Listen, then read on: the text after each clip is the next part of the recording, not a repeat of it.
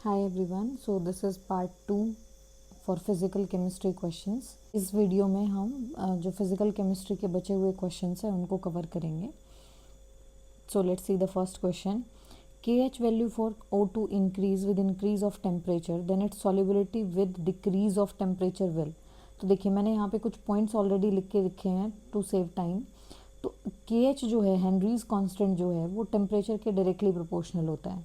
यानी कि KH value increase होगी तो टेम्परेचर इंक्रीज होगा तो KH वैल्यू भी क्या होगी, इंक्रीज होगी. उसके बाद जो हेनरीज कांस्टेंट है वो सॉल्युबिलिटी के इन्वर्सली प्रोपोर्शनल होता है. यानी कि अगर KH वैल्यू इंक्रीज होगी तो सॉल्युबिलिटी क्या होगी, डिक्रीज. तो यहाँ से हमने इन दोनों से कंक्लूजन निकाला कि solubility is inversely proportional to temperature. तो इसने यही पूछा है कि अगर टेम्परेचर हम डिक्रीज करेंगे with the decrease of temperature, अगर टेम्परेचर डिक्रीज करेंगे तो सॉल्युबिलिटी क्या होगी, increase. So the correct answer for this question is first one. Next question is which of the following solution will have lowest freezing point. देखिए इस question को, lowest freezing point पूछा है तो सबसे पहले आप आयोटा देख लीजिए. जिसमें एसोसिएशन डिसोसिएशन नहीं हो रहा उसका आयोटा क्या होता है, 1. सो सुक्रोज में कोई डिसोसिएशन एसोसिएशन नहीं होता, ना ही ग्लूकोज में, इसलिए इनका आयोटा क्या है, 1. NaCl जब डिसोसिएट होता है तो Na plus Cl minus ion देता है तो इसका आयोटा क्या हो जाएगा, 2, बिकॉज इट प्रोड्यूस 2 आयन्स. और BaCl2 जब डिसोसिएट होता है तो ये Ba और 2Cl 3 आयन्स में डिसोसिएट होता है तो इसका आयोटा क्या है, 3. राइट. तो अब हम डेल्टा TF का फॉर्मूला देखते हैं. Delta TF is equal to iota KF into M. यानी कि delta TF is directly proportional to iota. अगर आयोटा इंक्रीज होगा तो डेल्टा TF भी इंक्रीज होगा. तो मैं क्या कह सकती हूँ, इन सब में से डेल्टा TF सबसे हाई किसका है, BaCl2 का. BaCl2 का डेल्टा TF सबसे हाई है क्योंकि इसकी आयोटा की वैल्यू सबसे ज़्यादा है. अब लेकिन हमसे क्या पूछा है, लोएस्ट फ्रीजिंग पॉइंट पूछा है सॉल्यूशन का. अब सॉल्यूशन का फ्रीजिंग पॉइंट क्या है, हमें पता है delta TF is equal to T0F minus TF. तो this TF is the freezing point of solution. अब आप मुझे बताइए, अगर मैं इस फॉर्मूला को रीअरेंज करूं तो मेरे पास क्या आएगा, TF is equal to T0F minus delta TF. आप सोचिए, अब अगर डेल्टा TF किसी का ज़्यादा है तो TF का वैल्यू क्या आएगा, कम आएगा ना, क्योंकि अगर ये नेगेटिव में वैल्यू बढ़ेगी तो ये ओवरऑल वैल्यू क्या हो जाएगी, कम हो जाएगी. राइट. तो जिसका डेल्टा TF ज़्यादा है इसका मतलब उसका TF freezing point of solution क्या है, सबसे कम. तो आपसे यही पूछा है कि फ्रीजिंग पॉइंट ऑफ सॉल्यूशन किस केस में सबसे कम है, तो the answer is BaCl2. Next question is from first law of thermodynamics. इसमें पूछा in this process 701 of heat, यानी कि Q आपको कितना दिया है, 701 is absorbed bye the system and 394 joule of work is done. तो वर्क डन कितना है, 394 जूल, लेकिन इसने बोला है work is done by the system. तो if work is done by the system thus work is negative. तो ये वर्क क्या है हमारा, नेगेटिव. तो हम फर्स्ट लॉ का फॉर्मूला लगाएंगे, अगर वर्क नेगेटिव है तो delta U is equal to Q minus W. तो डेल्टा U हमें निकालना है, Q का वैल्यू गिवन है, W का वैल्यू गिवन है. ये सब करके हम क्या निकाल लेंगे, इसका answer. So the answer will be 307 joule. Question is हमें मैच करना है ideal solution, non ideal solution, positive deviation, इन सब से. तो देखिए इस तरह के क्वेश्चंस के लिए आपको याद रखना है कि आइडियल सॉल्यूशन के केस में क्या होता है, जो प्योर कंपोनेंट के इंटरेक्शंस होते हैं वो जो भी सॉल्यूशन बनता है उसमें जो नए इंटरेक्शन डेवलप होते हैं वो बराबर होते हैं. Like a interaction B interaction किसके इक्वल होते हैं, AB इंटरेक्शंस के. जबकि नेगेटिव डेविएशन में क्या होता है, जो नए इंटरेक्शंस होते हैं वो स्ट्रॉन्गर होते हैं पुराने इंटरेक्शन से. ठीक है. और पॉजिटिव डेविएशन में जो नए इंटरेक्शंस बनते हैं वो नए इंटरेक्शंस वीकर होते हैं प्योर कंपोनेंट के इंटरेक्शंस से. राइट. और वैसे भी आइडियल सॉल्यूशन को याद करने का एक तरीका क्या है, आइडियल सॉल्यूशन को याद करने का तरीका ये है कि जो भी सेम फैमिली के, सेम क्लास के जो कंपाउंड्स हैं वो आइडियल सॉल्यूशन में आते हैं. लाइक बेंजीन एंड टोल्यूइन, दोनों ही क्या हैं, दोनों ही क्या है, एरोमेटिक हाइड्रोकार्बन है. तो ये आइडियल सॉल्यूशन होगा. Let me give you some more examples of ideal solution. N hexane plus n heptane, दोनों ही एक क्लास के हाइड्रोकार्बन्स हैं तो वो भी क्या होंगे, आइडियल सॉल्यूशन. और ब्रोमोइथेन क्लोरोइथेन, ये मिक्सचर भी क्या होगा, आइडियल सॉल्यूशन, क्योंकि सेम ही फैमिली के हैं ना, सेम ही क्लास से बिलोंग कर रहे हैं। तो यहाँ पे आइडियल सॉल्यूशन तो हमारा क्या होगा, बेंजीन एंड टॉल्यूइन। सो ए का आंसर तो हो जाएगा थर्ड, सी। तो ए का आंसर सी कहाँ कहाँ पे, यहाँ पे भी है, यहाँ पे भी है। अब नॉन आइडियल सॉल्यूशन में पॉजिटिव और नेगेटिव डेविएशन की बात हो रही है। तो देखिए नेगेटिव डेविएशन में मैंने क्या बताया कि नए इंटरेक्शन स्ट्रॉन्गर बनते हैं। तो अगर आप देखेंगे ना क्लोरोफॉर्म में और एसीटोन में, तो ये नेगेटिव डेविएशन दिखाता है, क्योंकि क्लोरोफॉर्म में और एसीटोन में जो है क्लोरोफॉर्म के हाइड्रोजन और एसीटोन का जो CO वाला ऑक्सीजन है, इनके बीच में एक हाइड्रोजन बॉन्ड डेवलप हो जाता है विच इज़ स्ट्रॉन्गर बॉन्ड। पहले इनके बीच में डाइपोल इंटरेक्शंस थे, लंदन फोर्सेस थी, लेकिन बाद में इनके बीच में क्या डेवलप हो गया, हाइड्रोजन बॉन्ड, यानी कि इंटरेक्शंस पहले से स्ट्रॉन्गर हुए। और अगर इंटरेक्शंस पहले से स्ट्रॉन्गर होते हैं तो कौन सा डेविएशन होता है, नेगेटिव डेविएशन, यानी कि नेगेटिव डेविएशन कौन शो करेगा, बी वाला। सो नेगेटिव डेविएशन बी वाला और आइडियल सॉल्यूशन सी वाला, तो बचा सेकेंड, तो करेक्ट आंसर ये हो जाएगा। ठीक है, ये वाला दिखाएगा पॉजिटिव डेविएशन।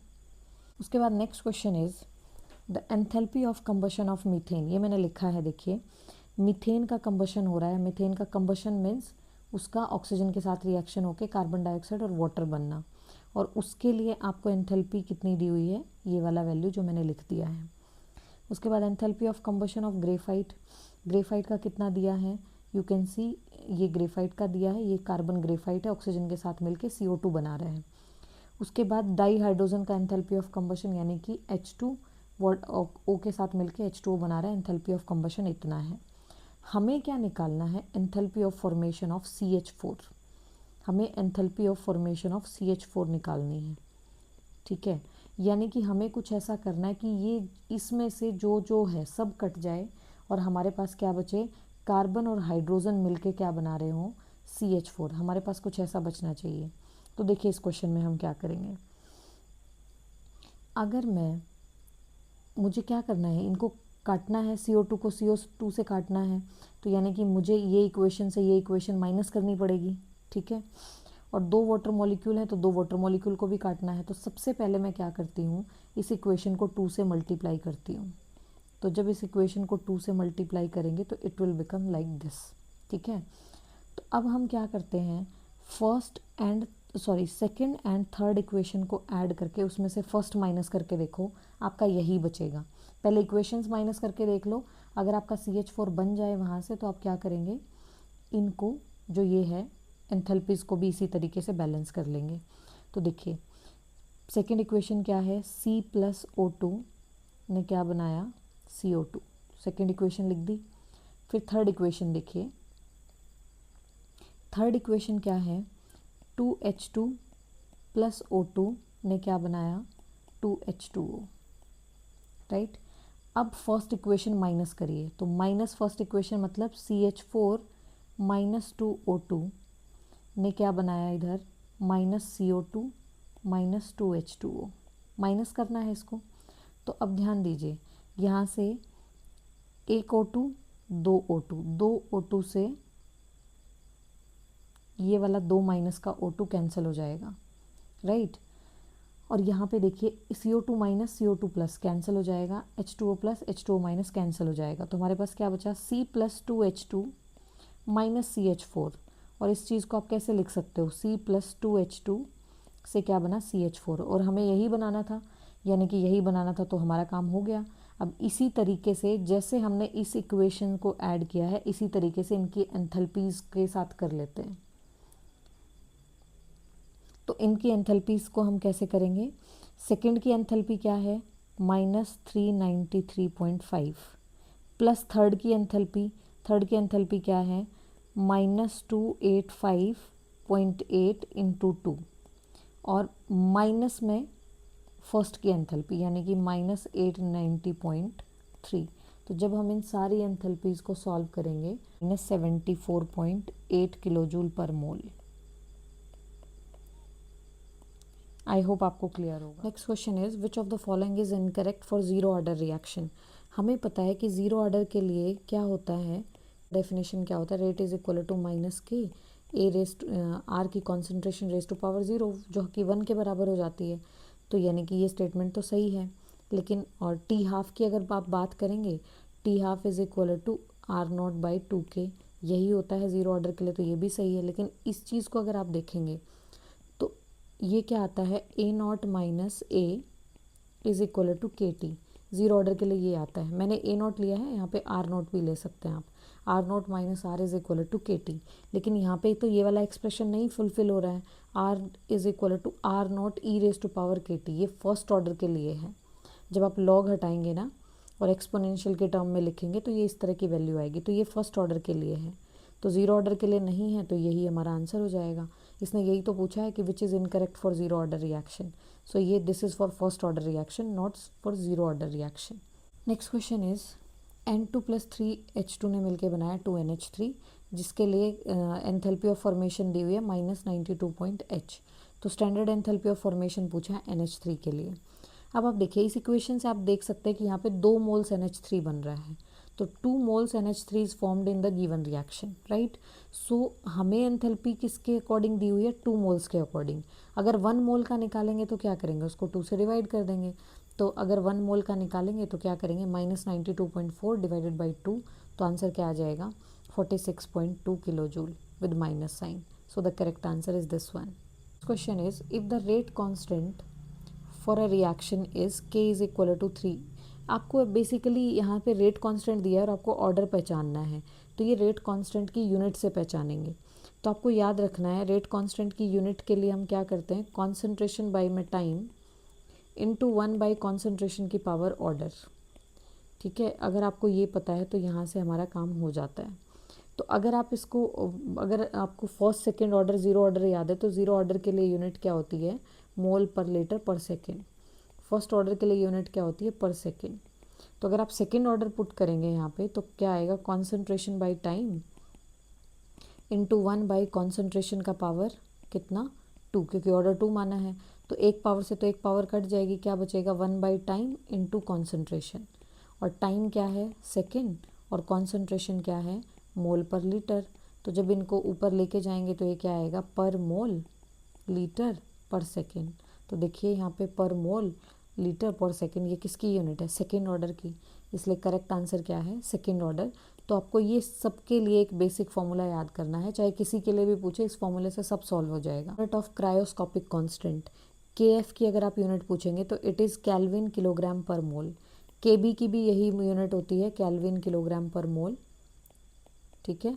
KB आपको पता है ना, मोलर एलिवेशन कांस्टेंट, उसकी भी यही यूनिट है, केल्विन किलोग्राम पर मोल, और KF की भी यही यूनिट है। Question is which of the following is correct for reversible reaction. तो रिवर्सिबल रिएक्शन के लिए दिस स्टेटमेंट इज ट्रू, जो एंट्रोपी ऑफ यूनिवर्स है that is 0 for reversible reaction. और अगर इरिवर्सिबल रिएक्शन है, स्पॉन्टेनियस रिएक्शन है, तो उसके लिए entropy of universe is greater than 0। उसके बाद पूछा है the enthalpy of all element in their standard state is 0।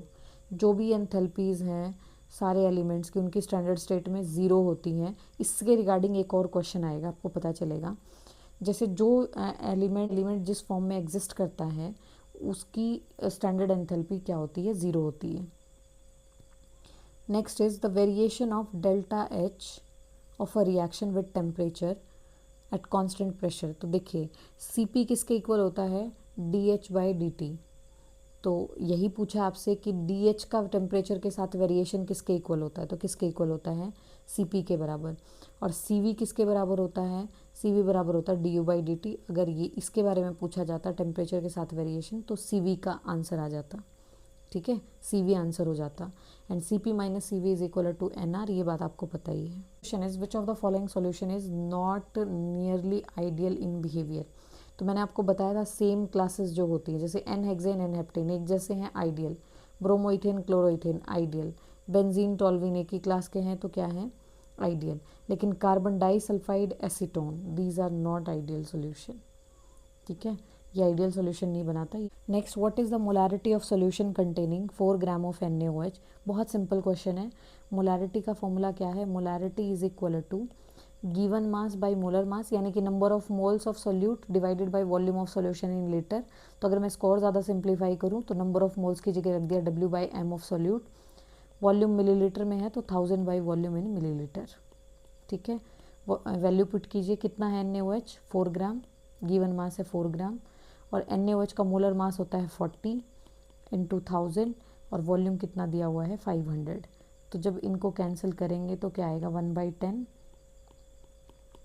And 2, तो इसका आंसर हो जाएगा 0.2 मोल।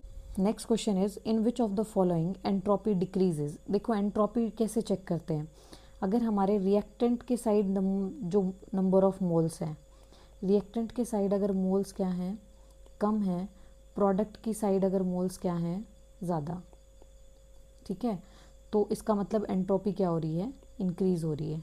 तो हम देख लेते हैं, तो यहाँ पे 1 है, यहाँ पे 2 है, तो यहाँ पे एंट्रोपी इंक्रीज हो रही है। यहाँ पे देखिए 2 हैं, यहाँ पे 1 1 1, नंबर ऑफ मॉलिक्यूल जो भी ये मोल्स प्रोड्यूस हो रहे हैं वो कितने हैं 3, तो यहाँ पे भी एंट्रोपी क्या हो रही है, इंक्रीज। और लिक्विड क्रिस्टलाइज इन सॉलिड, सबसे ज़्यादा एंट्रोपी होती है गैसेस की, उसके बाद होती है लिक्विड्स की, उसके बाद होती है सॉलिड्स की, ठीक है। तो अगर किसी को हम लिक्विड से सॉलिड में लेके जा रहे हैं तो उसकी एंट्रोपी क्या होगी, डिक्रीज होगी, तो इसलिए इसका आंसर क्या हो जाएगा, थर्ड वन।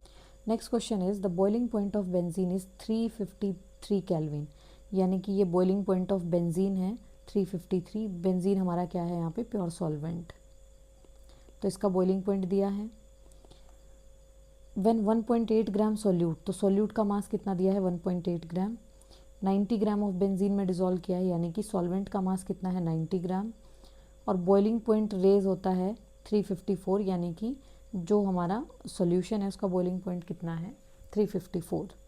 तो आपसे पूछा है मोलर मास ऑफ सॉल्यूट क्या है, और के बी दिया है 2.5। तो हमारे पास फॉर्मूला है delta TB is equal to KB into molality. Molality क्या होती है, W of solute divided by M of solute into 1000 divided by W of solvent in gram, ठीक है, ये होता है। तो डेल्टा TB हमारे पास दिया हुआ है कितना है, दोनों को माइनस करके मैंने निकाल लिया, कितना आ गया 1। KB कितना है 2.5 यानी कि 25/10, W कितना है 1.8 यानी कि 18/10, M कितना है निकालना है इंटू 1000, W ऑफ सॉल्वेंट है 90, ठीक है। तो यहाँ से जब हम सब चीज़ों को सॉल्व करेंगे तो क्या आ जाएगा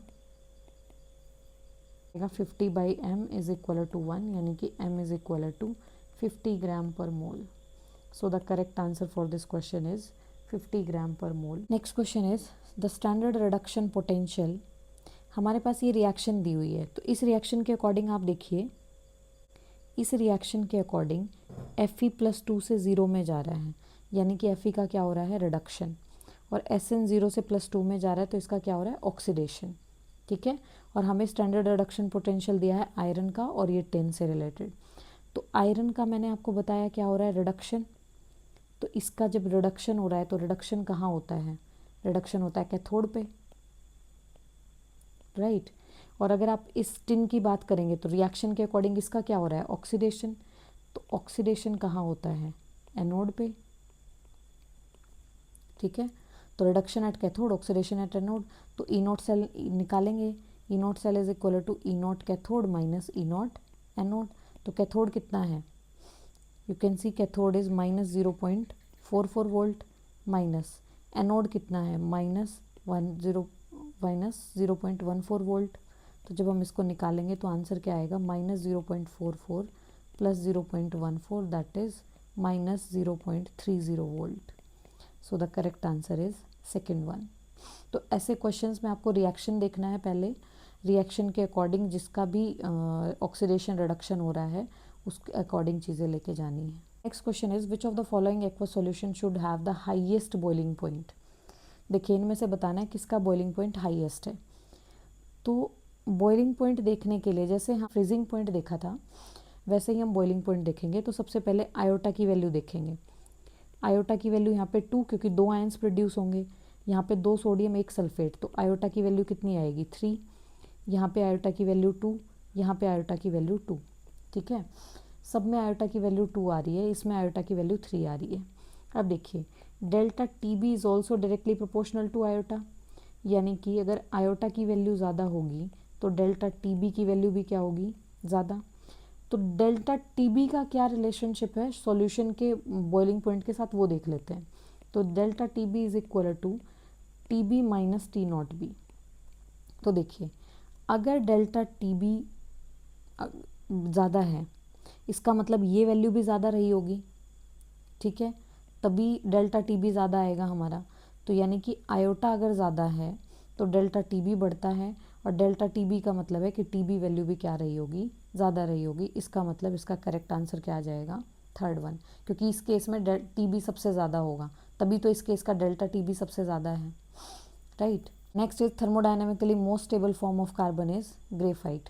ग्रेफाइट थर्मोडाइनमिकली सबसे स्टेबल फॉर्म होती है कार्बन की। ये सारी अगर आप ऑप्शंस में देखेंगे तो बी आर नेगेटिव और एच प्लस के परस्पेक्टिव में पूछ दिए हुए हैं आपको ऑप्शंस, तो उसी के अकॉर्डिंग बात कर लेते हैं। तो हमारी रेट किसके इक्वल होगी इनके परस्पेक्टिव में, -1/5 D of B R negative divided by D T is equal to, ये भी रिएक्टेंट है तो -1/6 D of H plus by D T, ठीक है। तो इन दोनों का ही रिलेशन पूछा है, तो क्या आएगा, D of B R negative by D T is equal to, 5 को उधर लेके जाएंगे तो 5/6 D of H plus by D T. तो ऑप्शन देख लीजिए ऐसा कौन सा ऑप्शन है, option C is the correct one. Next देखिए, इस रिएक्शन के लिए आपसे साइन पूछा है डेल्टा एच का और डेल्टा एस का। देखिए सबसे पहले Cl2 get converted into 2Cl, तो 1 मोल यहाँ पे 2 में जा रहा है, इसका मतलब एंट्रोपी तो क्या हो रही है, इंक्रीज। नंबर ऑफ पार्टिकल्स बढ़ते हैं तो एंट्रोपी बढ़ती है, तो एंट्रोपी क्या हो रही है, इंक्रीज। और देखिए ये एक मॉलिक्यूल था, इसको इसके एटम्स में ब्रेक किया, तो इसके लिए हमें एनर्जी प्रोवाइड करनी पड़ेगी, और जहाँ एनर्जी प्रोवाइड की जाती है वो रिएक्शन कैसी होती है, एंडोथर्मिक, राइट। तो यानी कि ये रिएक्शन कैसी रिएक्शन है, एंडोथर्मिक, और एंडोथर्मिक के लिए डेल्टा एच क्या होता है, पॉजिटिव। तो एंट्रोपी भी इंक्रीज हो रही है, यानी कि एंट्रोपी भी पॉजिटिव है और डेल्टा एच भी पॉजिटिव है। तो इसका आंसर क्या हो जाएगा कि delta H and delta S both are positive. Question is T half और reaction is doubled as the initial concentration of reactant is doubled, what is the order. आपको ये इक्वेशन याद रखनी है, T half is proportional to 1/A0 raise to power n-1, this is initial concentration. तो देखिए zero order के लिए T half is directly proportional to 1/A0 का पावर n की वैल्यू क्या रखेंगे, 0-1, तो T half is proportional to A0, right. तो डायरेक्टली प्रोपोर्शनल किस ऑर्डर के लिए आता है, जीरो ऑर्डर के लिए।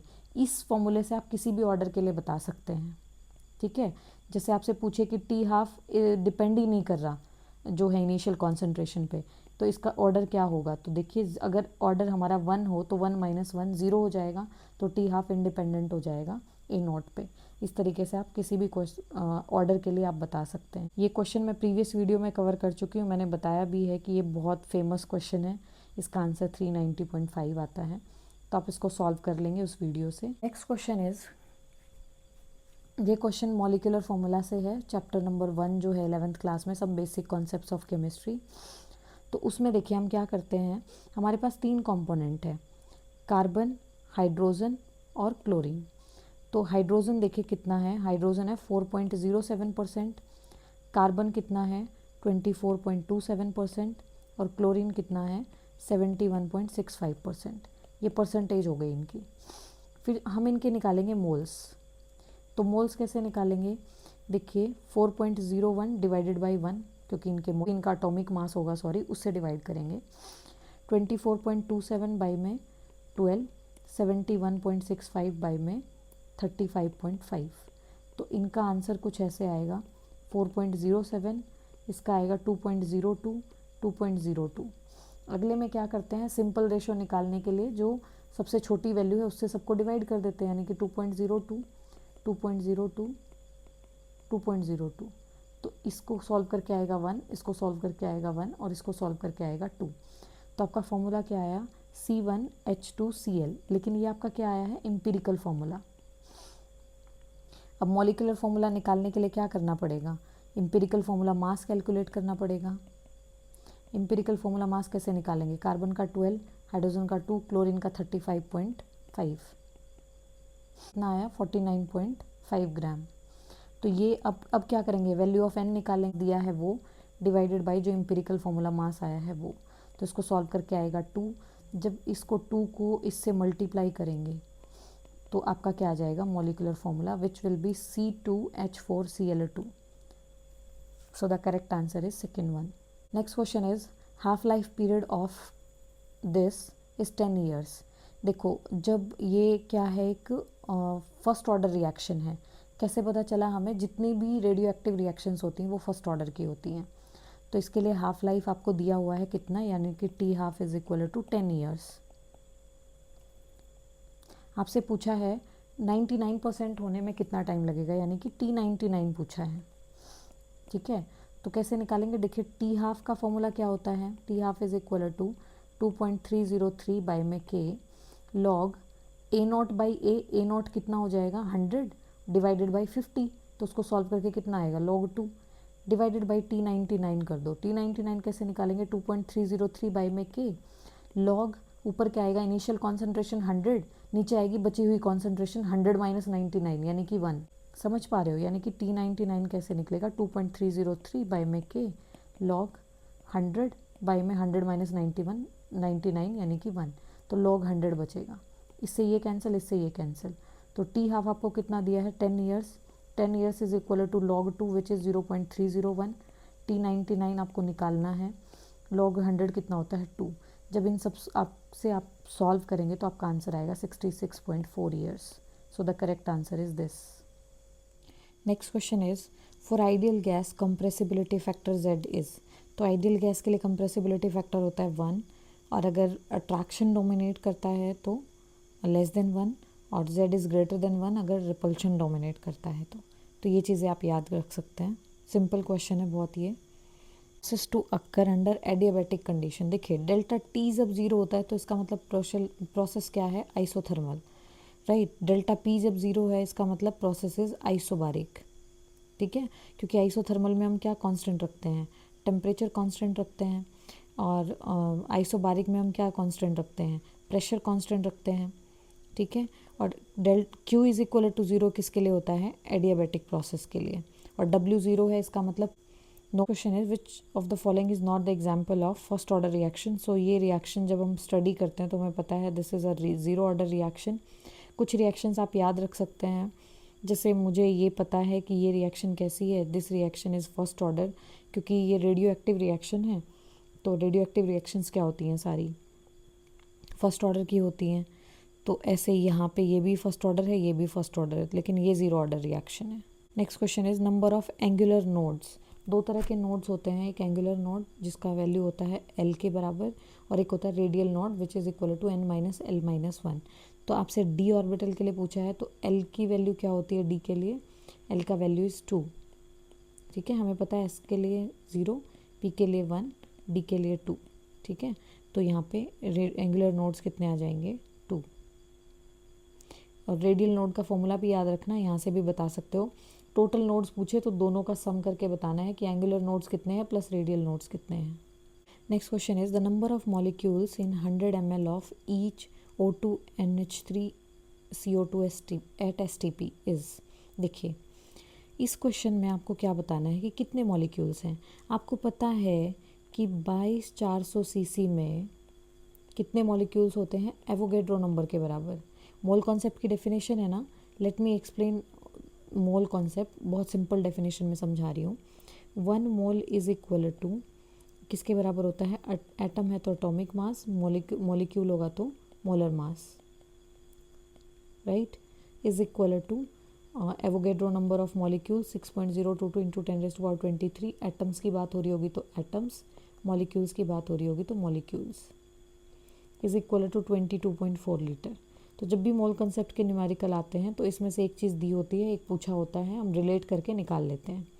ठीक है, लेकिन अब यहाँ पे क्या पूछा है, 100 ml में कितने मॉलिक्यूल्स हैं, यानी कि इसका और इसका रिलेशन पूछा है, मॉलिक्यूल्स और वॉल्यूम. तो हमें पता है कि 22.4 लीटर यानी कि सीसी में कितना होगा, 22,400 cc में कितने मॉलिक्यूल्स होते हैं एवोगैड्रो नंबर के बराबर.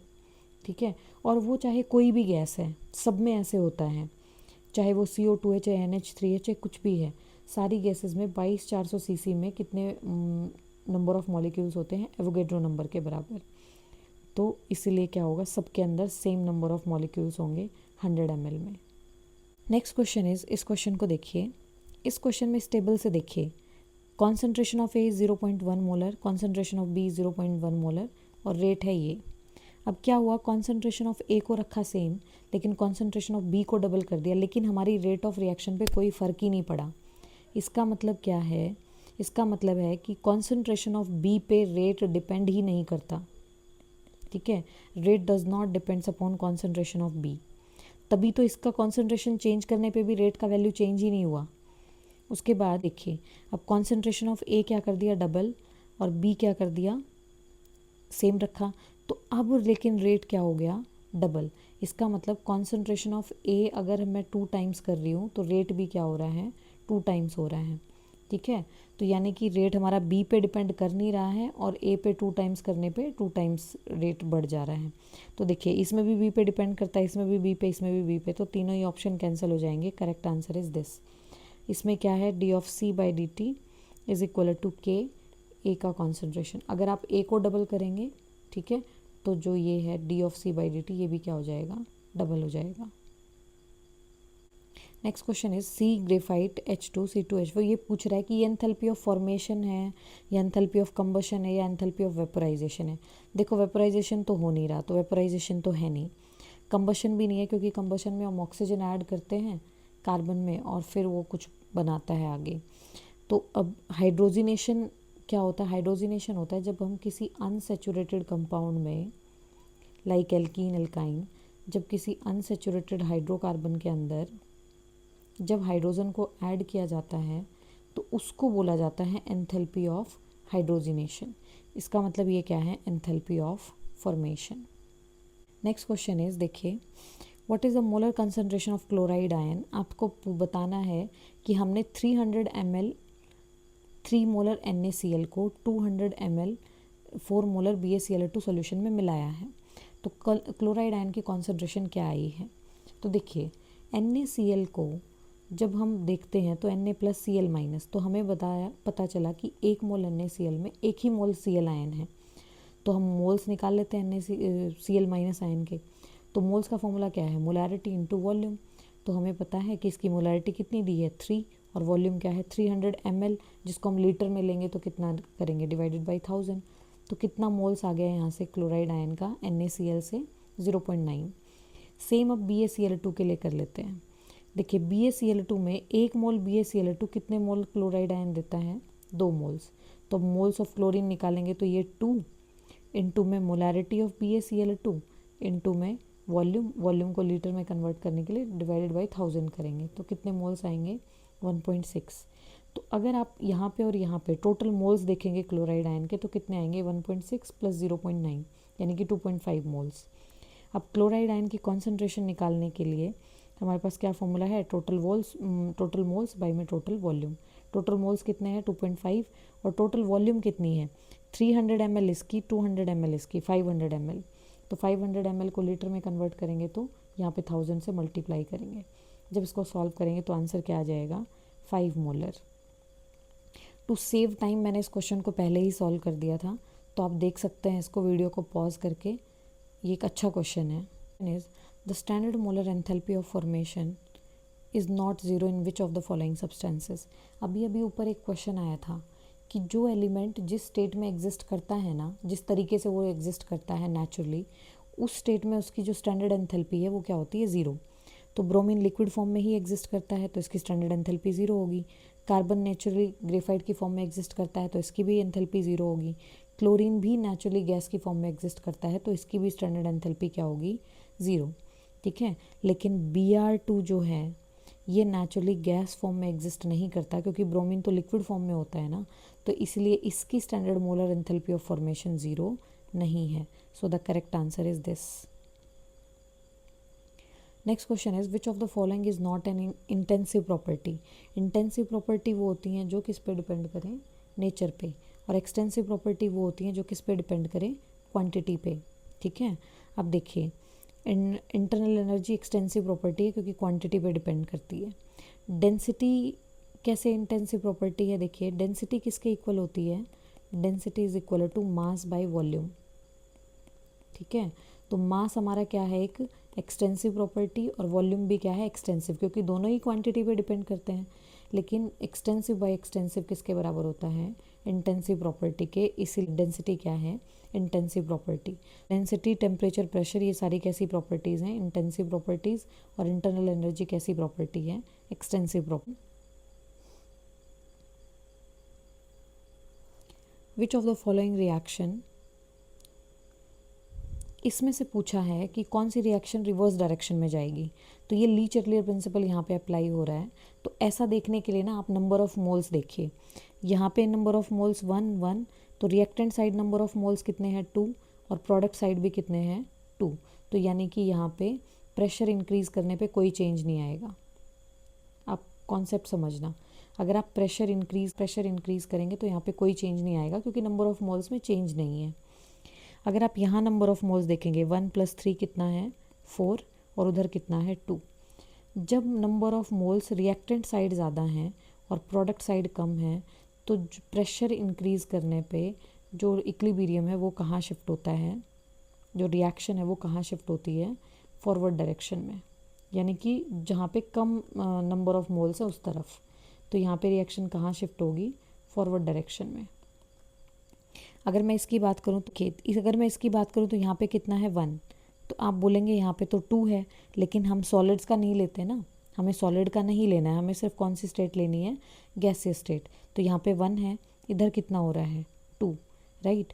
तो यहाँ पे क्या हो रहा है, प्रेशर इंक्रीज़ करने पर रिएक्शन कहाँ शिफ्ट होगी, बैकवर्ड डायरेक्शन में। क्योंकि मैंने क्या बताया, किस डायरेक्शन में शिफ्ट होती है according to Le Chatelier principle, fewer moles की तरफ, ठीक है। और फ्यूअर मोल्स किस तरफ हैं, फ्यूअर मोल्स है रिएक्टेंट की तरफ, इसलिए रिएक्शन किस डायरेक्शन में शिफ्ट हो जाएगी, बैकवर्ड डायरेक्शन में। अगर मैं अगले की बात करूँ तो यहाँ पे 1, यहाँ पे 3, 4 है, और यहाँ पे 1 and 1 2 है। तो फ्यूअर मोल्स किस तरफ है, प्रोडक्ट साइड, इसलिए प्रेशर इंक्रीज़ करने पे रिएक्शन कहाँ शिफ्ट हो जाएगी, फॉरवर्ड डायरेक्शन में। तो हमसे पूछा था कि बैकवर्ड डायरेक्शन में कहाँ शिफ्ट होगी, तो third one is the correct answer. Next question is the wavelength of a ball of mass 100 gram moving with velocity of. तो आपको वेवलेंथ यानी कि डी ब्रॉगली वेवलेंथ का क्वेश्चन है। Lambda is equal to h/mv। तो h क्या है, 6.6 into 10⁻34।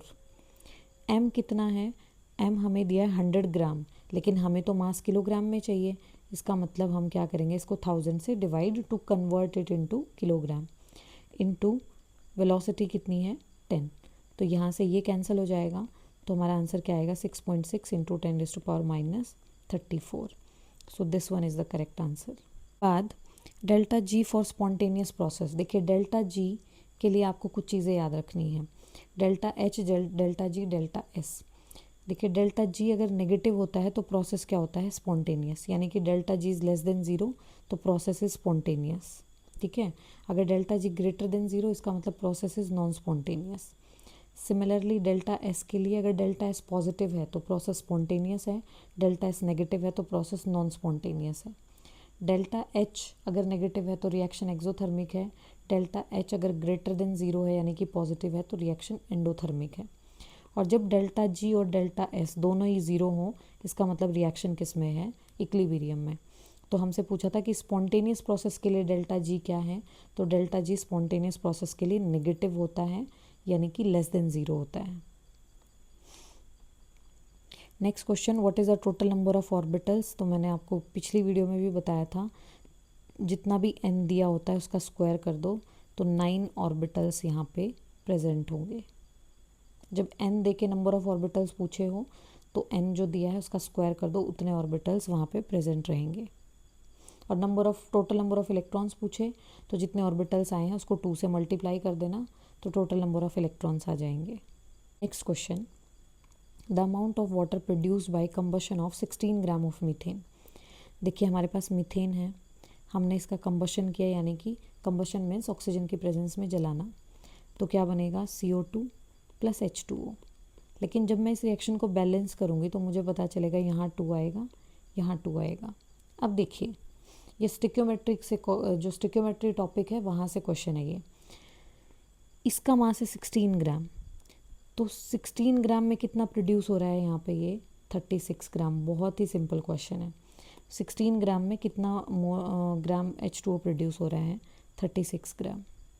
ये क्वेश्चन आपको मुझे करके बताना है। मैंने सिमिलर टाइप ऑफ क्वेश्चन कराया है, तो आप करा के मुझे इसका आंसर ज़रूर कमेंट करना। देखिए ये क्वेश्चन भी आप ट्राई कर सकते हैं। इस क्वेश्चन में delta H is equal to delta U plus delta n g R T formula apply होगा। तो डेल्टा एच दिया हुआ है, एन जी आप ले लेंगे यहाँ से वाटर के अकॉर्डिंग किसको किस में कन्वर्ट करना है। आर का वैल्यू यूज़ करेंगे, टेम्परेचर दिया हुआ है। जब आप सारी वैल्यूज़ यूज़ करेंगे यहाँ से तो इसका आंसर आ जाएगा, डेल्टा यू का वैल्यू आ जाएगा। इसका करेक्ट आंसर वैसे ये है। Next question, 2 litre ideal gas है यानी कि V1 कितना है 2 litre at a pressure of 10 atm expand isothermally against the constant external pressure of 1 atm until its volume in 10 litres. V2 कितना दिया हुआ है 10 litres. The work of expansion is, तो हमें देखना है कि एक्सटर्नल प्रेशर कितना है। तो एक्सटर्नल प्रेशर क्या है 1 atm। तो हमारे पास फॉर्मूला क्या है, W is equal to P external into delta V. तो माइनस P एक्सटर्नल और डेल्टा वी, P क्या है 1 atm और डेल्टा V क्या है final volume minus initial volume. तो जब इसको मल्टीप्लाई करेंगे तो आंसर क्या आ जाएगा 8 litre atm। So the correct answer is this. इनका आंसर भी आप प्लीज़ मुझे कमेंट करके बताना कि इस क्वेश्चन का आंसर क्या आएगा। All the best for your exam.